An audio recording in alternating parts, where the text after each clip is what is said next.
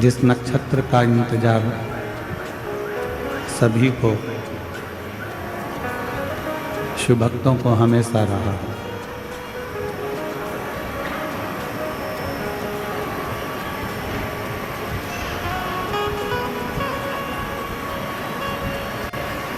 वैसे तो गुरु नानक देव जी अपनी वाणी में हमेशा कहते आए हैं,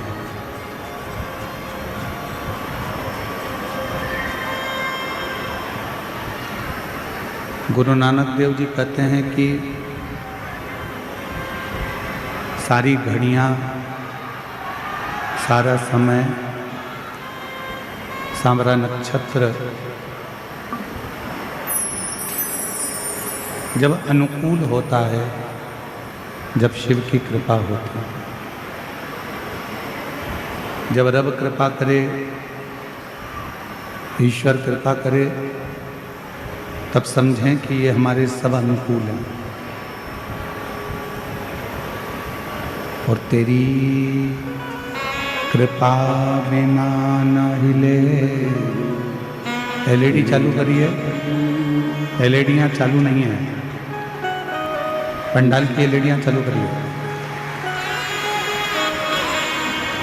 लेते हैं श्वास तेरी कृपा से, तनु तनु बखान क्या करूं, राखों के ढेर का चपटी बहुत में खजाना कुबेर का।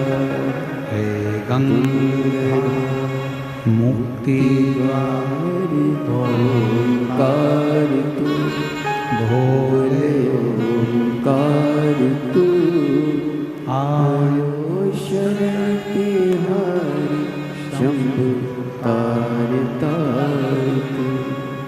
बखान क्या करूं मैं राखों के ढेर का, चपटी बहुत में खजाना कुबेर का।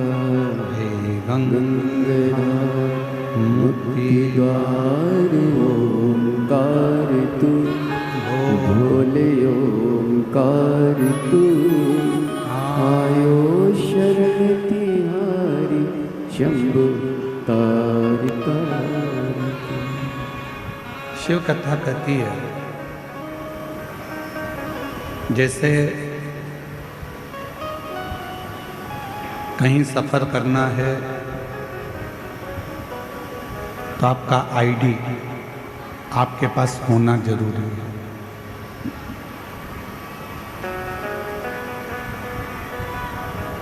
बिना आईडी के आप कहीं सफर नहीं कर सकते। फ्लाइट से जा रहे हो, ट्रेन से जा रहे हो, जहाज से जा रहे हो, उसमें आपकी आईडी का होना, आपके पास परिचय पत्र होना, आधार कार्ड होना, पैन कार्ड होना, ये बहुत जरूरी है।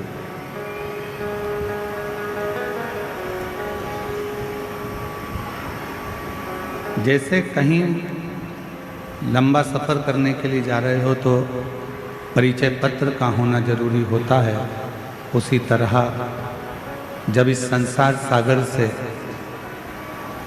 प्राण त्यागते हो, शरीर छोड़ते हो, तो उस परमात्मा का नाम होना भी बहुत जरूरी होता है, उस ईश्वर का नाम होना जरूरी है।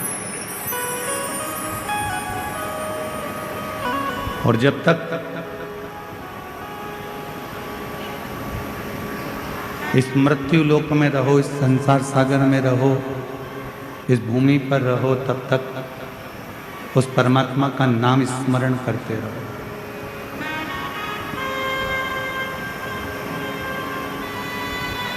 शिव महापुराण की कथा कहती है,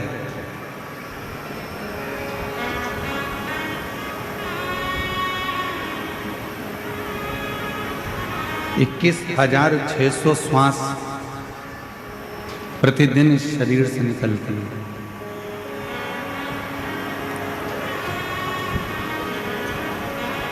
और 21,600 श्वास प्रतिदिन इस शरीर से निकलती है। ऐसी कोई श्वास आपके शरीर से नहीं निकलना चाहिए जिस श्वास में उस रब को याद ना करो, उस परमात्मा को याद ना करो, उस ईश्वर को याद करो।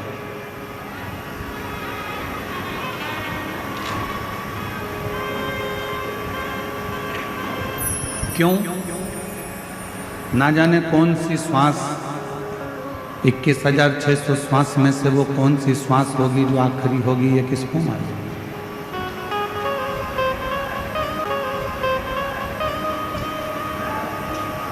इसका अंदाजा किसी को नहीं।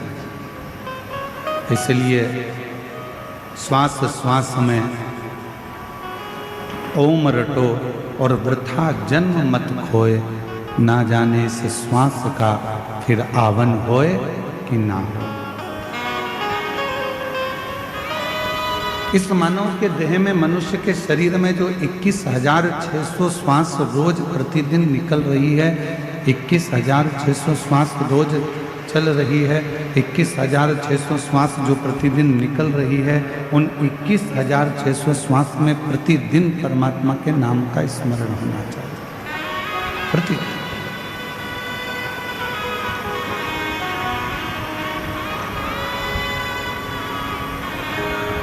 एक बार माँ पार्वती जी, जगत जननी अम्बा जगदम्बा, माँ जगत जननी दुर्गा भवानी कैलाश पर्वत से भ्रमण करती करती मृत्युलोक में काशी में पहुंच गए।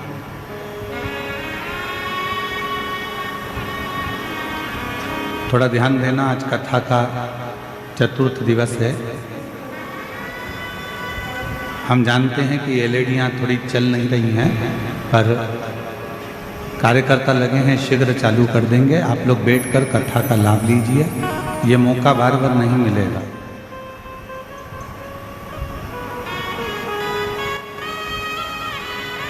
आज कथा की शिवरात्रि भी है, साथ में मार्गशीर्ष मास का आद्रा नक्षत्र भी है, और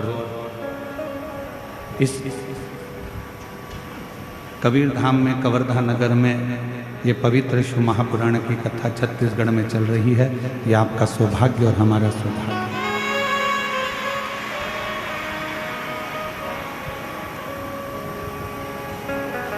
माँ जगत जननी जगदम्बा अम्बा, माँ पार्वती जी,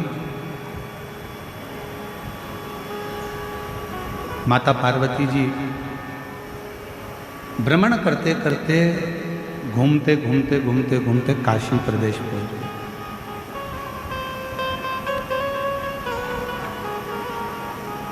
और पार्वती जी जब काशी प्रदेश पहुंची, काशी में पहुंची,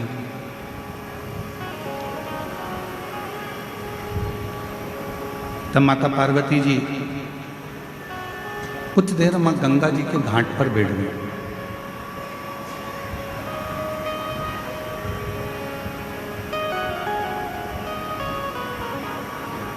और मां गंगा जी के घाट पर काशी में जब पहुंचकर पार्वती जी बैठी, गंगा की लहरों की अटखलियां मां पार्वती जी देख रही थी।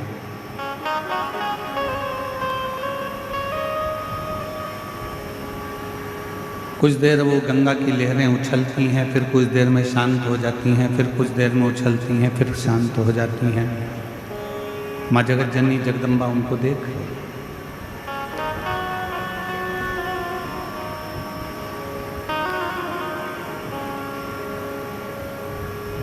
शिव महापुराण की कथा कहती है, वो गंगा की जो लहरें उछल रही थी, थोड़ी देर में वो शांत हो गई। कहते हैं जिसने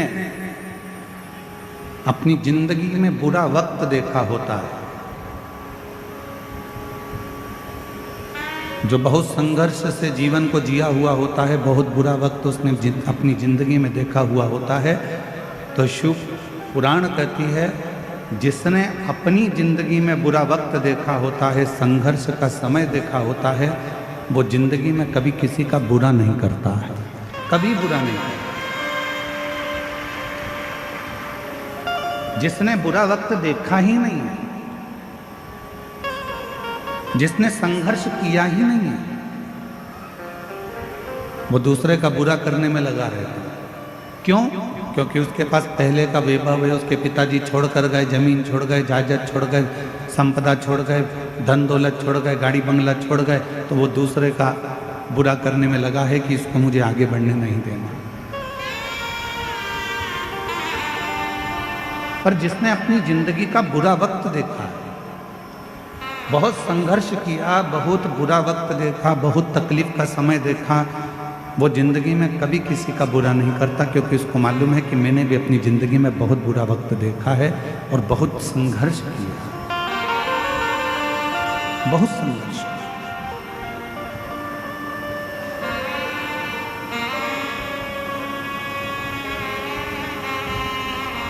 एक प्रसंग याद आता है गुरु नानक देव जी का।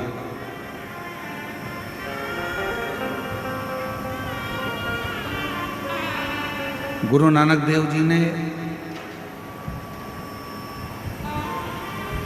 बाले के मन में बहुत सारे प्रश्नों को देखा।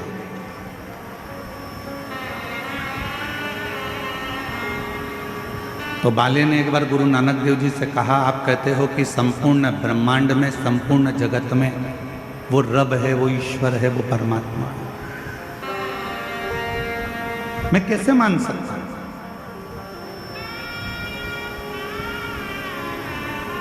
बाले ने कहा गुरु नानक देव जी से, मैं कैसे मानूं कि पूरे संसार में, पूरी जीव में, जल में, थल में, आकाश में, वायु में, चराचर में, सब में रब है, सब में ईश्वर है, सब में परमात्मा है, मैं कैसे मानूं?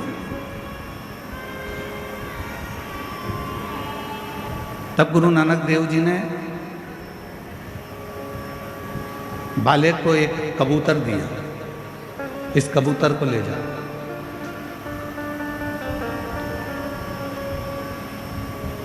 तू कहता है कि सब जगह पर ईश्वर नहीं है, रब नहीं है, परमात्मा नहीं है, तो इस कबूतर के प्राण वहां छोड़ना जहां पर ईश्वर ना हो, परमात्मा ना हो। बाले गुरु नानक देव जी को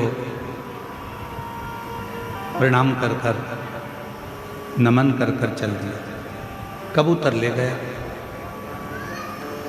जंगल में पहुंचा तो एक पेड़ के नीचे उस कबूतर को वो मारने के लिए आतुर हुआ, पर उसके मन में आया कि इस पेड़ पर कोई पक्षी बैठा होगा, वो देख रहा होगा। खुले आसमान में वो कबूतर को मारने के लिए आतुर हुआ, तो उसके मन में आया कि वो आकाश में कोई पर होगा तो वो देख रहा होगा।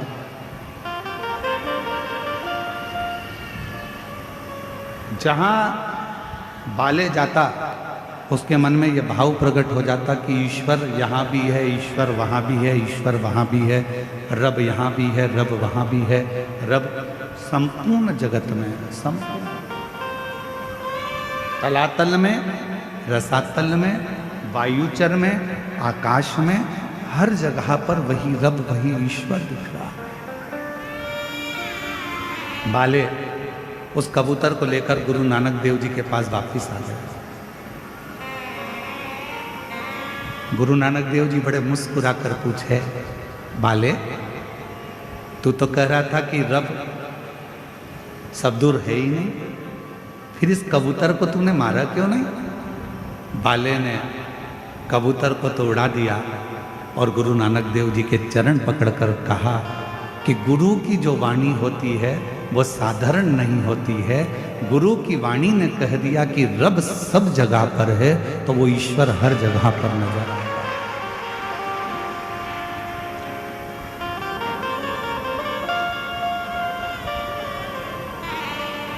कंकर में शंकर है, जल में शंकर है, आकाश में शंकर है, वायु में शंकर है,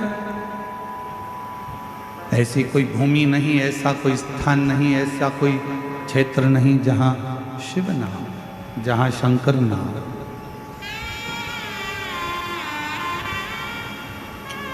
जहाँ परमात्मा ना हो। पार्वती जी देख रही हैं कि वो गंगा जी की पानी की जो लहरें थी वो उछल रही हैं, थोड़ी देर उछलती हैं, थोड़ी देर में शांत हो जाती हैं, फिर उछलती हैं, फिर शांत हो जाती हैं। वो गंगा की लहरें बार बार उछल रही हैं और बार बार शांत हो रही हैं। संसार में जितने मनुष्य, इस मृत्यु लोक में जितने मनुष्य जन्म लेते हैं, उस मृत्यु लोक में जितने मनुष्य इस भूमंडल पर इस मृत्यु लोक में जन्म लेते हैं, ऐसा कोई मानव नहीं है जिसके भीतर बहुत सारी उमंगें उत्पन्न नहीं होती।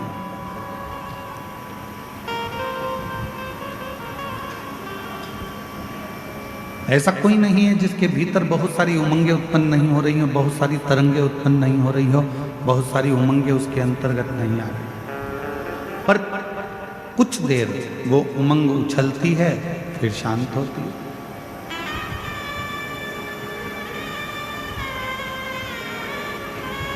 जब माता पार्वती जी बैठी रहीं, कुछ देर बाद बाबा देव अधिदेव महादेव भगवान शंकर पार्वती जी से मिलने के लिए आए।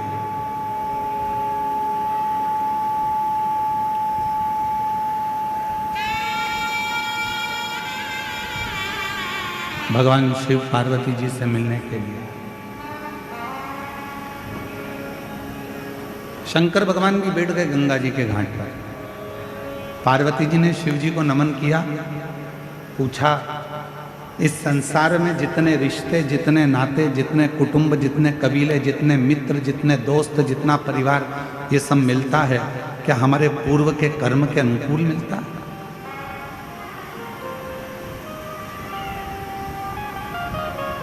क्या हमारा पूर्व का कोई कर्म हुआ है जिसके अनुसार हमको ये सब मिलते हैं? भगवान शिव ने कहा, सुनो पार्वती,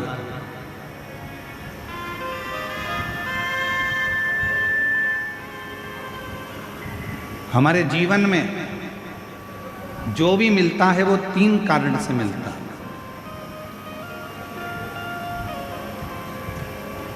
जगतजननी, इस संसार सागर में जितने भी मिलेंगे, चाहे माँ मिले, पिता मिले, भाई मिले, बहन मिले, पत्नी मिले, बेटे मिले, बेटी मिले, मित्र मिले, काकी मिले, चाचा मिले, चाची मिले, बुआ मिले, फूफा मिले, मामा मिले, मामी मिले, तुम्हारे जितने पड़ोसी मिले, रिश्तेदार मिले, कोई दोस्त मिले, कोई बाहर के मिले, जितने भी मिलते हैं ये किसी कारण से मिलते हैं। उसके 3 कारण। पहले नंबर का, यदि इस संसार सागर में आपको कोई मिल रहा है तो वो आपको या तो कुछ सिखाने के लिए आता है,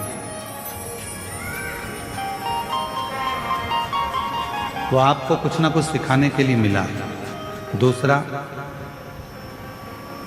संसार सागर में यदि कोई मिल रहा है, दूसरा कारण है कि वो आपको कुछ लौटाने के लिए आता है, कुछ देने के लिए।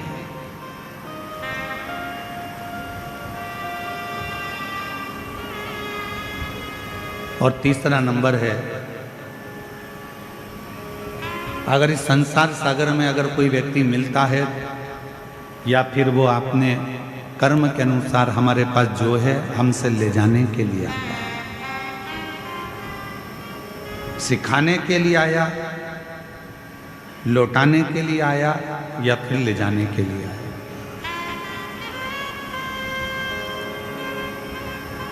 कोई व्यक्ति आपसे मिला, आप उससे कुछ सीख सकते हो तो सीख लो।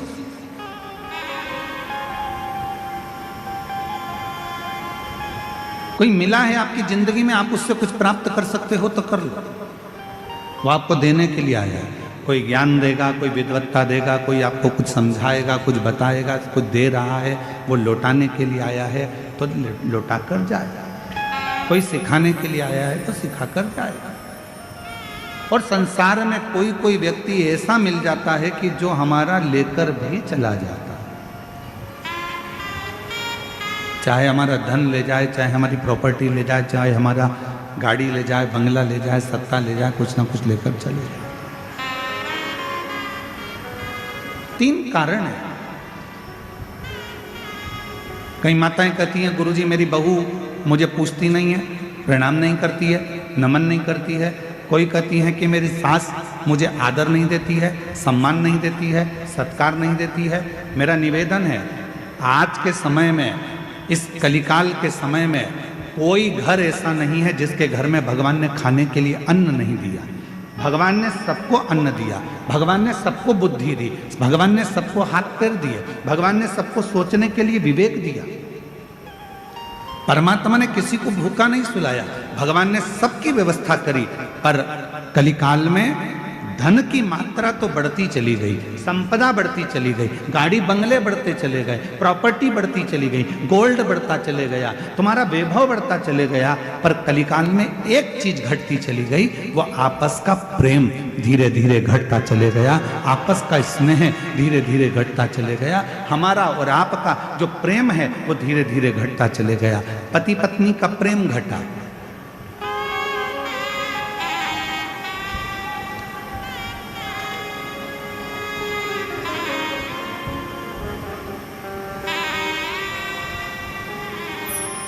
जो जगत में कभी सुनने को नहीं मिला वो इस जगत में सुनने को मिलता है कि पति पत्नी का प्रेम घट गया तो नीले ड्रम सामने आ गए। पति पत्नी का प्रेम घट गया तो मालूम पड़े दोनों पति पत्नी घूमने के लिए गए थे और एक का कत्ल हो जाता है। प्रेम घट गया।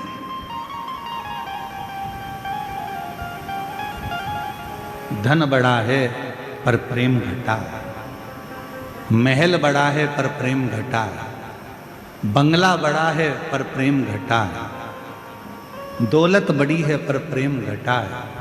और शिव महापुराण की कथा कहती है, मेरे शंकर भगवान से सीखो कि शिव जी के पास ना तिजोरी थी, शंकर जी के पास ना कोई अलमारी थी, शिव जी के पास ना कोई स्वर्ग जैसा वैभव था। शंकर भगवान तो इसी भूमि पर कैलाश पर रहते थे, जो आता था उसको कुबेर भंडारी भंडार लुटा कर दे देता।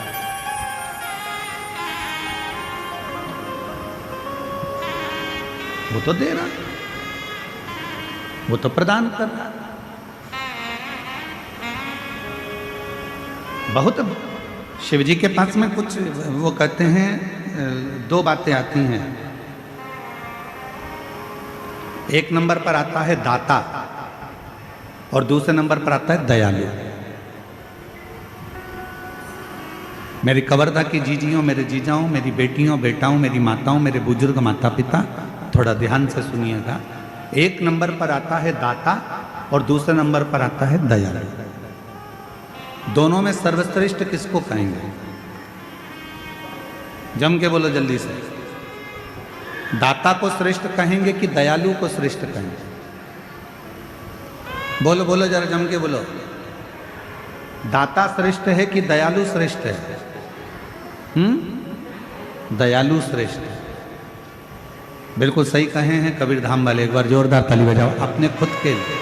बिल्कुल दाता और दयालु ये 2 शब्द हैं।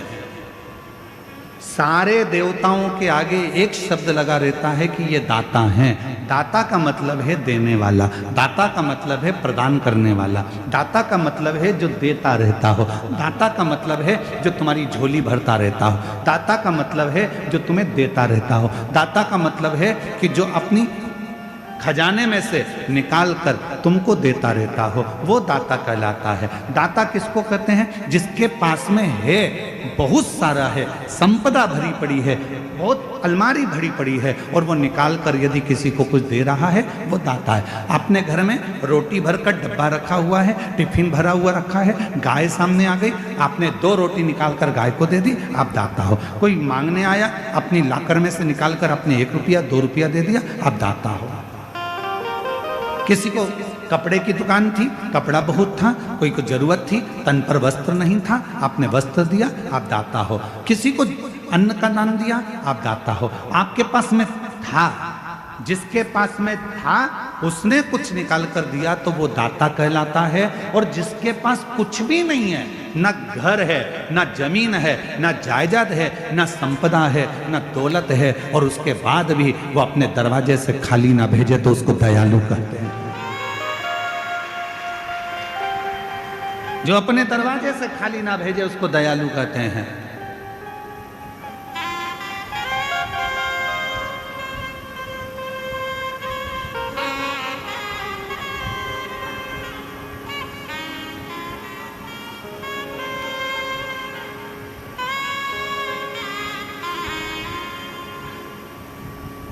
एक प्रसंग और बड़ा सुंदर आया है, हमने ये प्रसंग भिलाई में सुनाया था।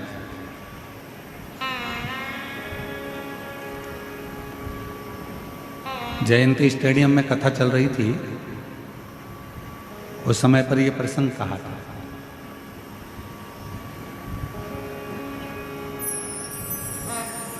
गुरु नानक देव जी और नामदेव जी दोनों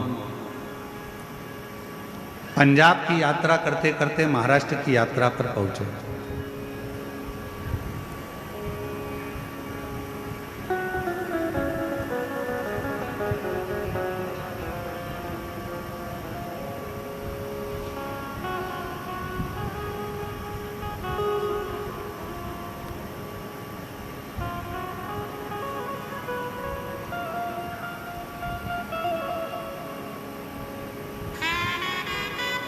और गुरु नानक देव जी और नामदेव जी दोनों पंजाब की यात्रा करते करते महाराष्ट्र की यात्रा पर पहुंचे और एक शिव के मंदिर में नामदेव जी महाराज मंदिर के अंदर प्रवेश कर गए और भजन गाकर नाचने लगे। मंदिर के पुजारी पंडित सब क्रोध में आ गए, नामदेव जी को उठाया, मंदिर के पीछे छोड़िए।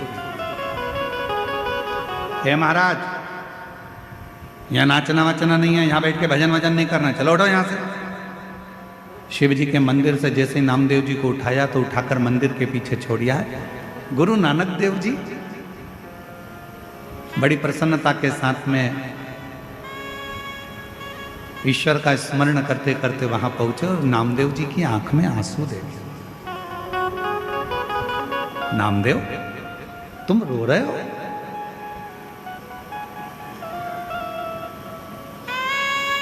नामदेव, तुम रो रहे हो?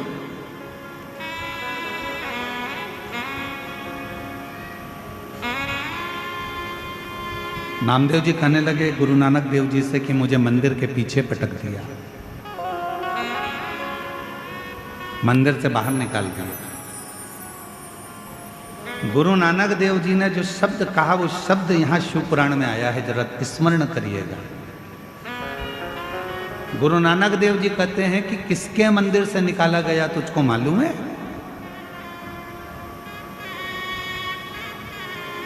नामदेव,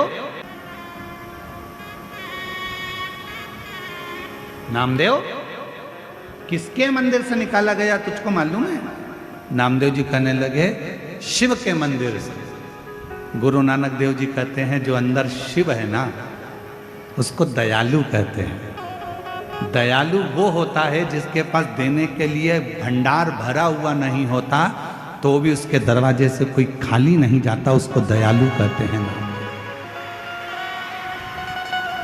शिव जी के पास में कोई तिजोरी नहीं है, शंकर जी के पास कोई अलमारी नहीं है, शंकर जी के पास कोई वैकुंठ जैसा सुख नहीं है, शंकर जी के पास बहुत सारा खजाना नहीं है, शंकर जी के पास में बहुत सारी कोई जमीन जायदाद प्रॉपर्टी धन दौलत संपदा नहीं है, क्योंकि अगर होता और देते तो दाता कहलाते। उनके पास कुछ भी नहीं है। भस्म लपेटे हैं, मृगछाला पहने हैं, गले में सर्प धारण करे हैं, मस्तक पर चंद्र है, गंगा बह रही है, त्रिपुंड धारण करे हैं, उनके पास कुछ भी नहीं है। गुरु नानक देव जी कहते हैं ये दयालु है। और दयालु का मतलब नामदेव जी ने पूछा क्या होता है, तो गुरु नानक देव जी ने कहा जहां बैठे हो, मंदिर के पीछे बैठे हो नामदेव जी, तो मंदिर के पीछे उस परमात्मा को याद करना प्रारंभ करो। अगर दयालु कृपा करेगा तो मंदिर का गेट भी बदल देगा। और वो मंदिर का गेट बदल, आज भी भारत की भूमि पर, आज भी भारत की भूमि पर एक शंकर जी का मंदिर ऐसा है जो गुरु नानक देव जी महाराज के कहने पर, नामदेव जी की अविरल भक्ति पर, और गुरु नानक देव जी ने कहा वो दयालु अगर है तो वो गेट भी बदल देगा। इसलिए भारत की भूमि पर महाराष्ट्र में आज भी औंढा नागनाथ का मंदिर ऐसा है जो भगवान के लिए उल्टा कर दिया। शिव जी ने उस मंदिर का गेट ही बदल दिया गुरु नानक देव जी और नामदेव जी की अविरल भक्ति के लिए।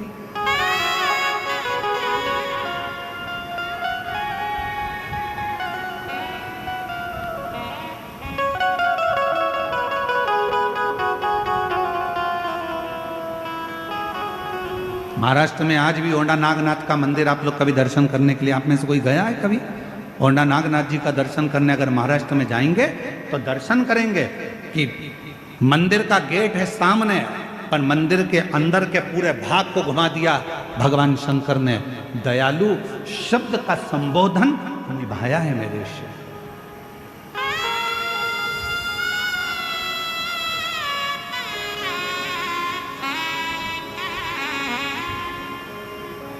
इसलिए औंडा नागनाथ जी में शंकर जी का मंदिर और गुरुद्वारा दोनों आमने सामने हैं, दोनों आमने सामने।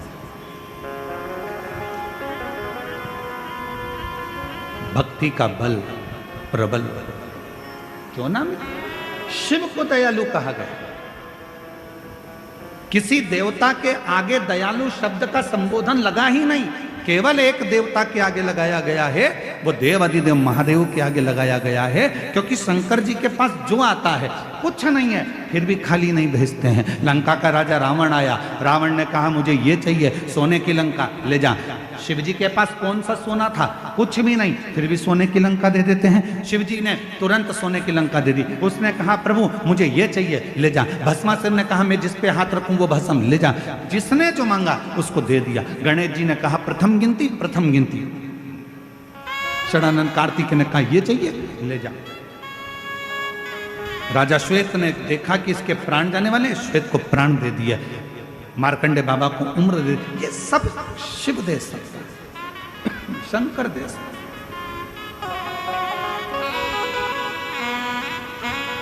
है। और तेरी कृपा बिना ना हिले एक भी लेते हैं श्वास, तेरी कृपा से तनु तनु। पर दुनिया के लोगों ने आजकल देवताओं में भेद कर दिया। कोई ने कहा ये देवता हमारे हैं, वो देवता उनके हैं, वो देवता उनके हैं। शिव महापुराण की कथा कहती है हमारी भारत की भूमि सनातनी भूमि है। यहाँ जितने संत, जितने साधु, जितने परमात्मा, 33 कोटि देवता हैं, हम सब सनातनियों के लिए एक हैं। इनमें कोई भेद नहीं है, इनमें कोई भेद नहीं है। आप इनमें भेद कर सकते हो पर भेद नहीं है। हम आपसे एक प्रश्न करें, उत्तर दीजिएगा। गुलाब जामुन खाने के बाद कहाँ जाती है? पेट के अंदर। बोलो बोलो जम के तो बोलो। इमरती, उसके लिए कोई अलग डिपार्टमेंट है क्या? अरे बोलो जम के। जलेबी पेट में, चाय पेट में, मिक्सचर पेट में, समोसा, बोलते जाओ जल्दी। अब किसी डॉक्टर से जाके पूछना क्यों साहब हम समोसा खाते हैं वो अलग जाता है क्या कहीं? गुलाब जामुन खाते हैं वो अलग जाती है क्या कहीं? इमरती कहीं अलग जाती है क्या? एक ही जगह पर जा रही है, पेट के अंदर। उसी तरह चाहे तुम राम कहो, चाहे तुम कृष्ण कहो, चाहे तुम शिव कहो, तुम्हारी मर्जी पड़ जाए। तुम चाहे वो जपो, तुम्हारा जो मन करे वो जपो, आखिरी में जाना उस परमात्मा के पास में ही है। अंत में पहुंचना एक ही जगह पर है। और उसके सामने जब जाओगे तो अपना परिचय क्या दो?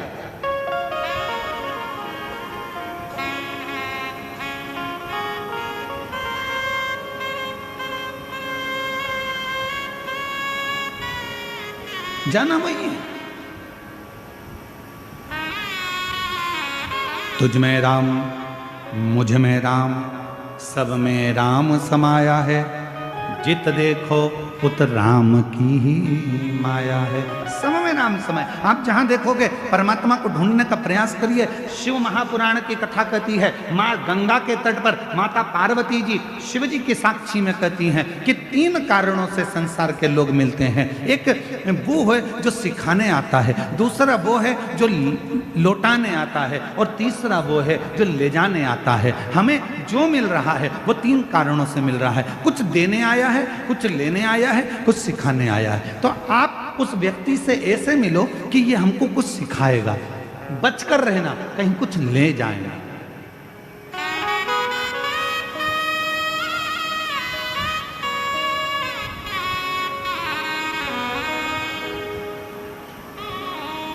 वो हमको कुछ सिखाने के लिए आया है, हमको कुछ बताने के लिए आया है, हमको कुछ समझने के लिए, समझाने के लिए। महाराज।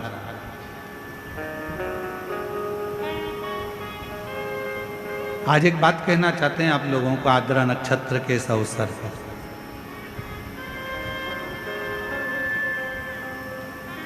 जो शंकर से प्यार करता है, जो शिव से प्यार करता है, जो शिव को चाहता है, फिर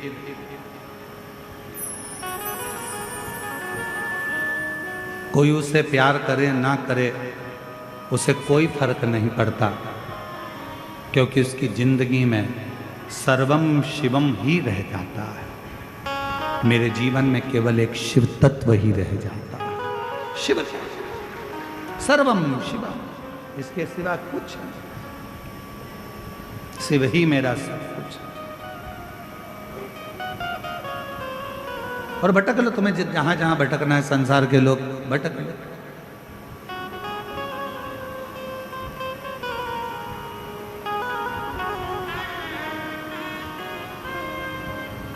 कल एक माता जी ने पत्र भेजा था, उस पत्र में लिखा था कि हमारी पड़ोसन हमारे ऊपर कोई तंत्र मंत्र विद्या करती रहती है।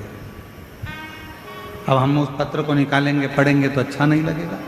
हम उन माता जी से कहना चाहते हैं कि दुनिया में अगर तंत्र मंत्र विद्या होती रहती और लोग कहते हैं कि इसने ये कर दिया, इसने टोना कर दिया, इसने जादू कर दिया, इसने ये कर दिया, उसने वो कर दिया, अगर सबसे ज़्यादा जादू टोना अगर होता तो लोग सबसे पहले मोदी पर ही करते हैं। और सबसे पहले करते होते तो अंबानी पर करते, या कोई अच्छा धनपति होता उस पर करते। तुम्हारा टूटा फूटा झोपड़ा, छोटी सी दुकान, उस पर कौन तंत्र मंत्र करेगा, कौन विद्या करेगा, कौन क्या करेगा। इसमें भय न उत्पन्न करो, इसमें डरो मत, आडंबर में मत पड़ो, ढोंग ढकोसले में मत पड़ो कि उसने कुछ कर दिया तो मेरी तबीयत खराब हो गई, उसने कुछ कर दिया तो मेरा जीवन खराब हो गया, उसने कुछ कर दिया तो मेरी दुकान नहीं चल रही, उसने कुछ कर दिया तो मेरा मकान नहीं बन रहा, उसने कुछ कर दिया तो मेरा ऐसा हो गया, उसने कुछ कर दिया तो मेरे बेटे की शादी नहीं हो रही, उसने कुछ कर दिया तो मेरी बेटी का ब्याह नहीं हो रहा, उसने कुछ कर दिया तो मेरा गर्भ नहीं ठहर रहा। ये हमारा भीतर का भ्रम है, ये हमारे भीतर का भ्रम है जिसमें हम पड़े हुए हैं। किसी ने कह दिया तुम्हारा गर्भ से बच्चे नहीं हो रहा है, उसका कारण है कि किसी ने तुम्हारा गर्भ बांध दिया, किसी ने ये कर दिया। ये हमारे भीतर का भ्रम है, इस भ्रम को मिटा दो। और इस भ्रम को मिटाओगे कैसे? अगर कोई तुमसे कहे कि तुम्हारा ऊपर किसी ने विद्या कर दी, तुम्हारे ऊपर किसी ने टोना कर दिया, किसी ने तुम्हारे ऊपर विद्या कर दी, उससे कह देना मेरे ऊपर दुनिया की कोई विद्या नहीं हो सकती। क्यों? क्योंकि मैं उसको भजती हूं जो शमशान में रहता है, वो देव अधिदेव महादेव है, शंकर है, जो शमशान में निवास करता है, जो शमशान का वासी है, जो शंकर स्वयं शमशान में निवास करता है। मैं उस पर एक लोटा जल चढ़ाती हूँ, मैं शंकर भगवान को एक लोटा जल रोज चढ़ाती हूँ। और यदि मैं शिव पर एक लोटा जल चढ़ाती हूँ तो वो शमशान में रहने वाले पर कभी भी तंत्र मंत्र कोई प्रयोग नहीं हो सकता।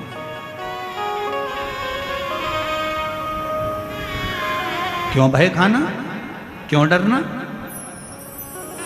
एक पत्र है, अच्छा है, देखिए।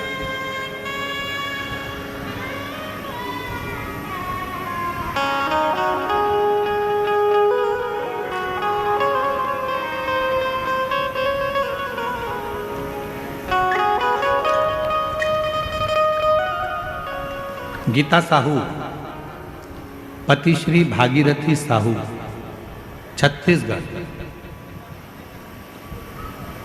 पुलिस कवर्धा जिला कबीरधाम छत्तीसगढ़ की रहने वाली। कहीं बैठे हो तो हाथ हिलाइएगा। आप ही हैं? श्री शिवाय नमस्ते। जमा जाइए, एक बेलपत्र ले जाइए, आ जाओ। मैं गणेश तिवारी जी को और उनके पूरे परिवार को बहुत बहुत बधाई देती हूँ, शुभकामना देती हूँ, जिन्होंने ये कथा कराकर हम सभी शिव भक्तों को श्रवण करने का सौभाग्य प्रदान करा। मेरे परिवार में 2 लड़की, पूजा साहू, मीनाक्षी साहू एवं एक लड़का गजेंद्र साहू है। छत्तीसगढ़ में जहाँ भी शिव महापुराण होता है सभी जगह पंडाल में बैठकर कथा सुनती हूँ। उसका कारण ये है कि मुझे जितने भी लोग कहते थे कि तुम्हारे घर विद्या कर दी, तुम्हारे घर टोना कर दी, आइए आ जाइए, आ जाओ बेलपत्र ले, टोना कर दिया, तुम्हारे बच्चे कभी सरकारी नौकरी नहीं कर सकेंगे, तुम्हारा बच्चा कभी लाइन से नहीं लग पाएगा, तुम्हारी बेटी कभी सक्सेस नहीं हो पाएगी, किसी ने कुछ कर दिया। जिस दिन से मैंने आपकी शिव महापुराण की कथा सुनना प्रारंभ करी, उस दिन से मन बना लिया कि मेरे ऊपर कोई कुछ कर ही नहीं सकता, क्योंकि मेरे ऊपर शंकर जी का हस्त कमल विराजमान हाथ, मेरे ऊपर कोई कुछ नहीं कर सकता कि मैं शिव जी को एक लोटा जल चढ़ाता। गुरुदेव, मैंने नियम बना लिया, दुनिया के लोग कुछ भी कहें, पंडाल में जाकर कथा सुनूंगी। एक पंडाल नहीं, छत्तीसगढ़ में जहां जहां कथा होती है सभी जगह पंडाल में बैठकर कथा सुनती हूं, बताए गए उपायों को पालन करती हूं। पत्र एलईडी पर चल रहा होगा, चल रहा है, आप लोग साथ पढ़ सकते हैं। पालन करती हूं। गंडई में शिव महापुराण होने से बाद हमने अपने घर के आंगन में भगवान शिव जी को मंदिर बनाकर प्रतिष्ठित कर दिया। तब से बाबा की ऐसी कृपा हुई। गुरुदेव, आप कथा में कहते हो कि जिस गांव में, नगर में, शहर में, कॉलोनी में, सोसाइटी में शंकर का मंदिर होता है, वहां का विकास अपने आप होता है। हमने अपने घर में ही, घर के बाहर शिव जी को विराजमान कर दिया।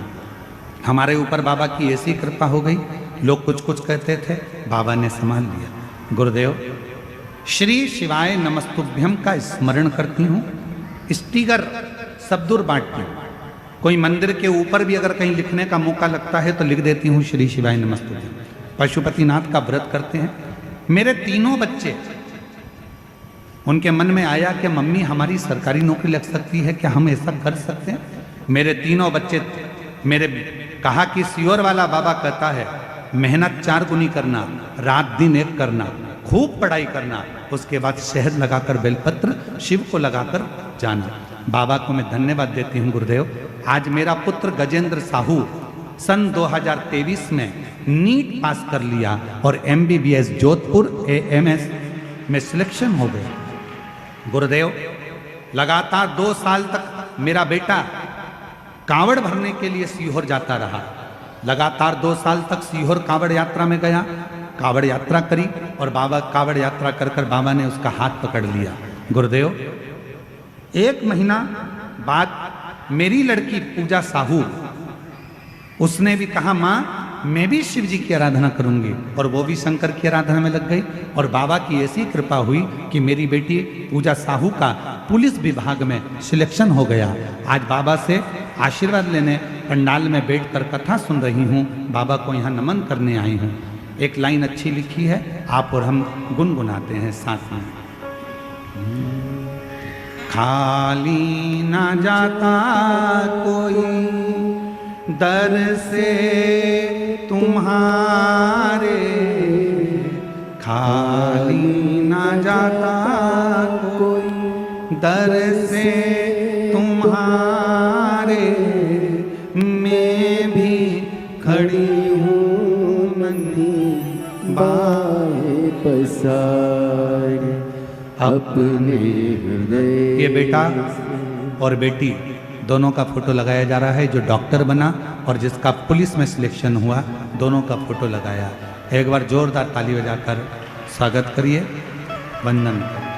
अपने हृदय से लगा लो,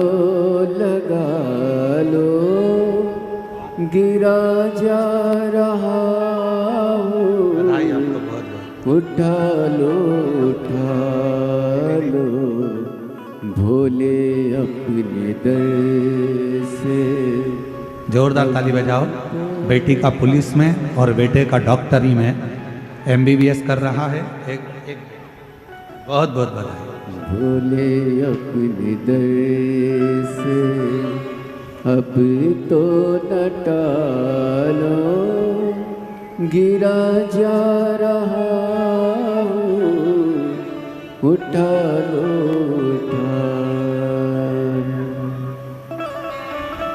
कोई कहे आपसे क्यों आडंबर में फंसना, क्यों भ्रम में फंसना?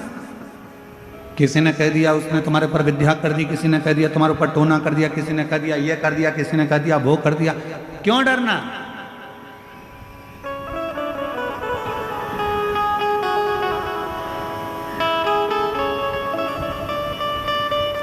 और जिसके सिर ऊपर तेरा हाथ प्रभु, सो दुख काहे का होवे प्रभु, सो दुख काहे का होवे प्रभु। जिसके सिर ऊपर तेरा हाथ प्रभु, सो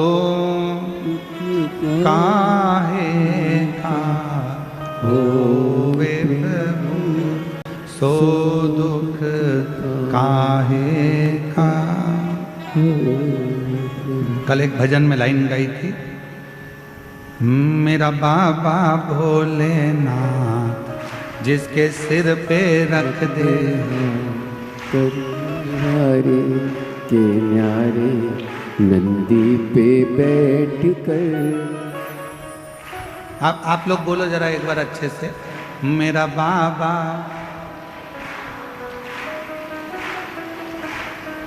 आवाज नहीं आई, आवाज नहीं आई। एक बार वापिस सुन लो पहले, मेरा बाबा भोलानाथ जिसके सिर पे रख दे कर दे वारे के न्यारे नंदी पे चढ़। अब बोलो, मेरा बाबा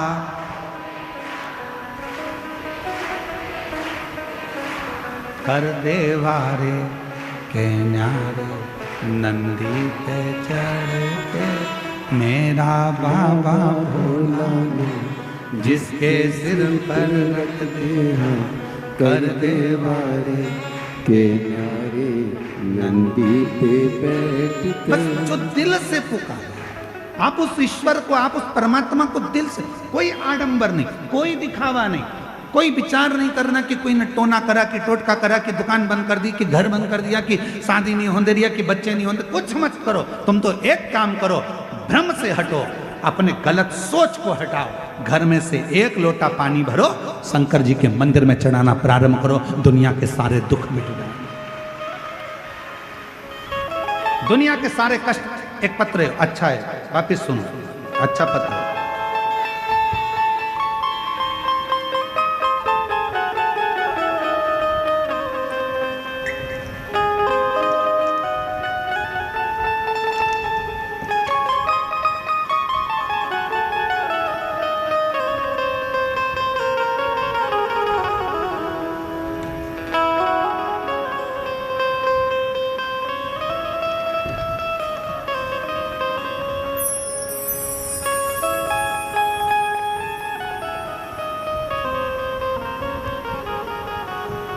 मैं अनीता राजपूत, पति श्री अवतार सिंह राजपूत, ग्राम सारधा, जिला मुंगेली, छत्तीसगढ़ से आई।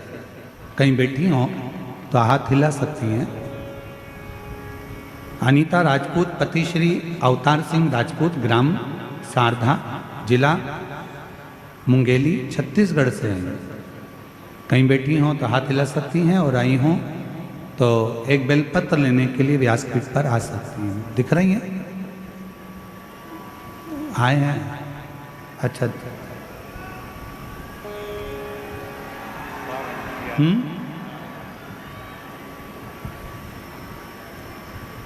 मैं अनीता राजपूत, पति श्री अवतार सिंह राजपूत, ग्राम सारधा, जिला मुंगेली, छत्तीसगढ़ से। बाबा की महिमा का मैं क्या वर्णन करूं गुरुदेव। भगवान भोलेनाथ तो करुणा के सागर हैं गुरुदेव। मेरी शादी 2013 में हुई थी, जिसके बाद 13 वर्ष तक मुझे संतान का सुख नहीं हुआ। 13 साल तक मुझे संतान नहीं हुआ। 6-7 बार मैंने पशुपतिनाथ का व्रत किया, सफेद आंकड़े की जड़ का प्रयोग किया। लोग तो कहते थे कि तुम कभी मां नहीं बन सकती, किसी ने कुछ कर रखा है, पर मैंने शिव पर भरोसा करा, शंकर जी का द्वार नहीं छोड़ा, पशुपति व्रत नहीं छोड़ा। पंडाल में कथा सुनने पहुंच गई और पंडाल की मिट्टी को अपने गर्भ पर लगा लेती, गर्भ पर लगाकर बाबा से विनती करती, गुरुदेव 13 साल के बाद 28/8/2025 को मेरे घर में 13 साल के बाद पुत्र रत्न की प्राप्ति हुई। बाबा को मैं धन्यवाद देने के लिए आई हूँ, प्रणाम करने के लिए। एक पत्र और देखिए। प्रियंका राजपूत, पति दिलीप राजपूत, ठाकुर पारा, वार्ड नंबर 19, कवर्धा, छत्तीसगढ़ की रहने वाली हूँ। कहीं बैठी हो तो हाथ हिला सकती हैं, और अगर बैठी हो तो एक बेलपत्र लेने के लिए आ सकती हैं। मैं प्रियंका राजपूत, पति दिलीप राजपूत, ठाकुरपारा, वार्ड नंबर 19, कवर्धा, छत्तीसगढ़ की रहने वाली। मेरी शादी को 10 साल हो गए थे, लेकिन संतान की प्राप्ति नहीं हुई थी। डॉक्टर, वेद सभी को दिखाया, पर मुझे संतान प्राप्ति नहीं हुई। तब मैंने टीवी पर आपका शिव महापुराण की कथा सुनी। तब मैं पशुपतिनाथ का व्रत की और सफेद आंकड़े के जड़ का प्रयोग किया और बाबा महादेव के मंदिर जाना शुरू किया, जिसके 2 वर्ष के बाद 19/12/2023 को 10 साल के बाद मुझे बाबा की कृपा से संतान की प्राप्ति हुई। मैं बाबा को प्रणाम करने के लिए यहाँ। अब इसमें मन में भ्रम उत्पन्न कर लेना कि नहीं किसी ने कुछ कर दिया है, किसी ने कुछ कर दिया, ना ना, मेरा बाबा भोला जिसके सिर पे रख दे हम कर दे वारे के न्यारे नंदी पे बैठ हम भ्रम में ना पड़े, हम आडंबर में ना पड़े, हम ढोंग ढकोसले में ना पड़े, हम अपने ये चित्त में ना लाए, अपने विचारों में ना लेकर आए कि किसी ने कुछ कर दिया। आप में वो बल है। फिर वही बात आ गई, 3 पर विश्वास पक्का रखना। पहले नंबर पर अपने आप पर, दूसरे नंबर पर अपने बाप पर और तीसरे नंबर पर विश्वनाथ पर भरोसा पक्का रखना। 3 पर भरोसा पक्का रखना। एक अपने आप पर भरोसा रखना कि मुझे डॉक्टर बनना है, मतलब मैं नीट क्लियर करूंगी, कर कर रहूंगा। पढ़ाई में मन लगाओ, रात दिन एक कर दो, 24 घंटे पढ़ो, रात दिन एक कर कर आखिरी में शिव पर छोड़कर फिर एग्जाम के लिए जाओ। दूसरे नंबर पर अपने पिता पर भरोसा करना, जिसने तुम्हें पाल पोस कर बड़ा करा, जिसने तुम्हें साथ दिया, अपनी पूरी प्रॉपर्टी, पूरा धन तुमको देकर जाएगा। कितना भी बेकार बेटा क्यों ना हो, तो भी माँ बाप अपनी जायदाद कहीं दान कर कर नहीं जाते, अपनी औलाद को ही देकर जाते हैं। इसलिए अपने पिता पर भी भरोसा पूरा रखना। और तीसरे नंबर पर विश्वनाथ पर, भगवान देवाधिदेव महादेव पर, शंकर पर भरोसा पूरा रखना। वो तुम्हें कभी डूबने नहीं देगा, तुम्हें मंजिल तक पहुंचा कर ही रहेगा। 3 पर भरोसा पक्का रखो। 3 का भरोसा कभी टूटना नहीं चाहिए। एक अपने आप पर, दूसरे अपने बाप पर, तीसरे नंबर पर विश्वनाथ पर। यह भरोसा कभी ना टूटे, इसका स्मरण रहे, वो टूटे ना।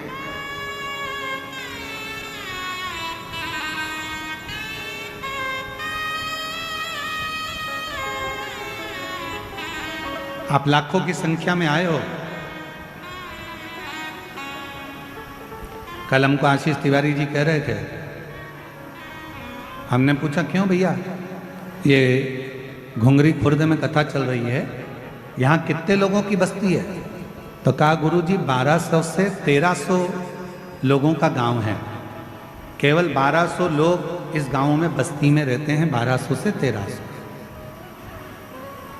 अब हमने मन में विचार करा 1200-1300 लोगों की बस्ती, और उसमें आज की स्थिति अगर देखी जाए, आप सब टीवी पर देख रहे होंगे भीड़ को, भक्तों के सैलाब को, तो लगभग 1.5 से 2 लाख भक्त इस छोटे से गांव में आए हुए।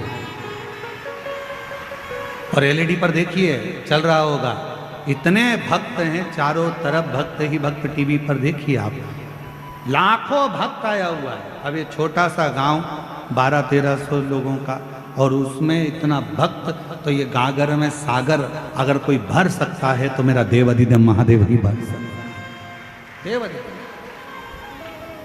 और मैं साथ में यहाँ पर पूरी पुलिस प्रशासन को इसके लिए धन्यवाद दूंगा, पूरी प्रशासन को, कवर्धा क्षेत्र के कलेक्टर महोदय, SP, IG, commissioner, DSP, SP, यहाँ के तहसीलदार, यहाँ के टीआई, यहाँ के जितने भी पदाधिकारी गण, एसडीएम आदि, सबको धन्यवाद दूंगा कि इतने छोटे से गांव में इतनी लाखों की भीड़ को आपने बहुत अच्छी तरह से संभाल कर इस पवित्र कथा का लाभ दिलाया।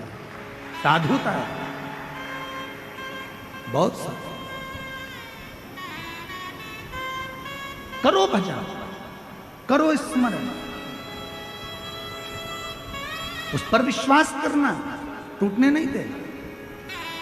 शिवजी ने कहा पार्वती जी से, पार्वती जी 3 कारणों से लोगों का मिलना होता है, या तो वो सिखाने आते हैं, या कुछ देने आते हैं, या कुछ लेने आते हैं। एक संबंध बना, दोस्त बना, एक परिवार बना, एक नाते रिश्ते बने, कुटुंब कबीले बने, ये कहीं ना कहीं हमारे पूर्व के कर्म के अनुसार, हमारा पूर्व का कर्म। इसलिए निवेदन आज आप सबसे फिर करें, हिम्मत बुरे कर्म कर बंदे, वरना पछताएगा, भगवान की आंखों से तू बच नहीं पाएगा, तू बच नहीं पाएगा।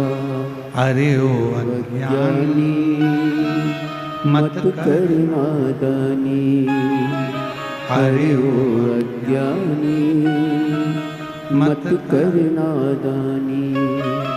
अपने कर्म का फल भी तू ही पाएगा, जैसा किया तूने तेरे आगे आएगा।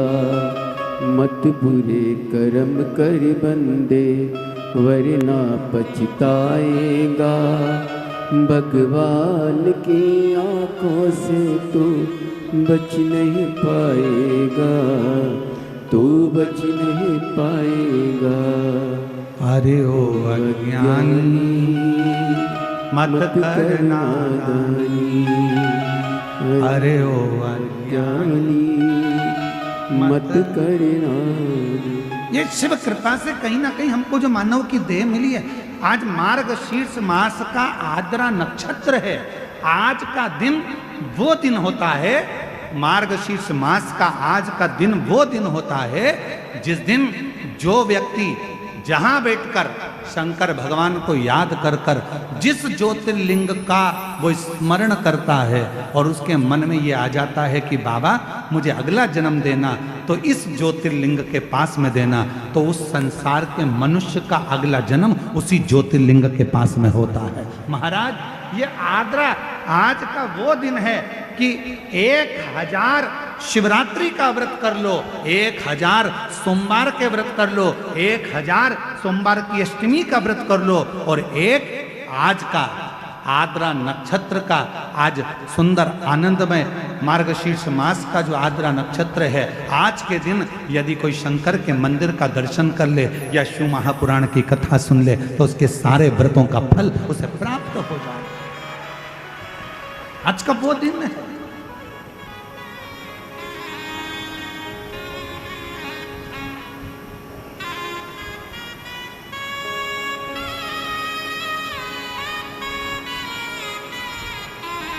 इसलिए छत्तीसगढ़िया जय जोहार। तो ये जीवन का एक सुख है, जीवन का एक आनंद है। हर हर बोल बम का नारा है, श्री शिवाय सारी समस्या का हल। बस एक लोटा जल चढ़ाओ, पर एक लोटे जल से तुम किसी को डराओ मत ही हो।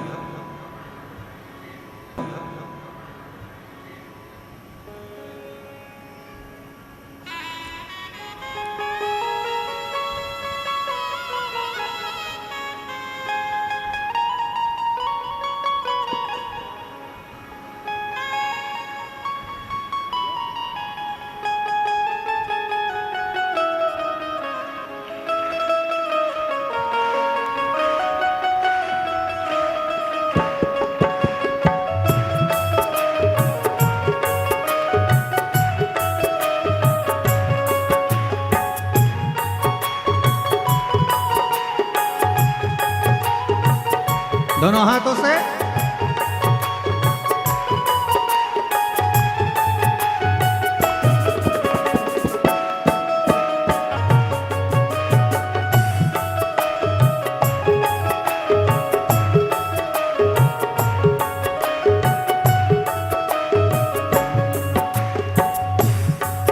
अपनी किस किस्मत का ताला हो,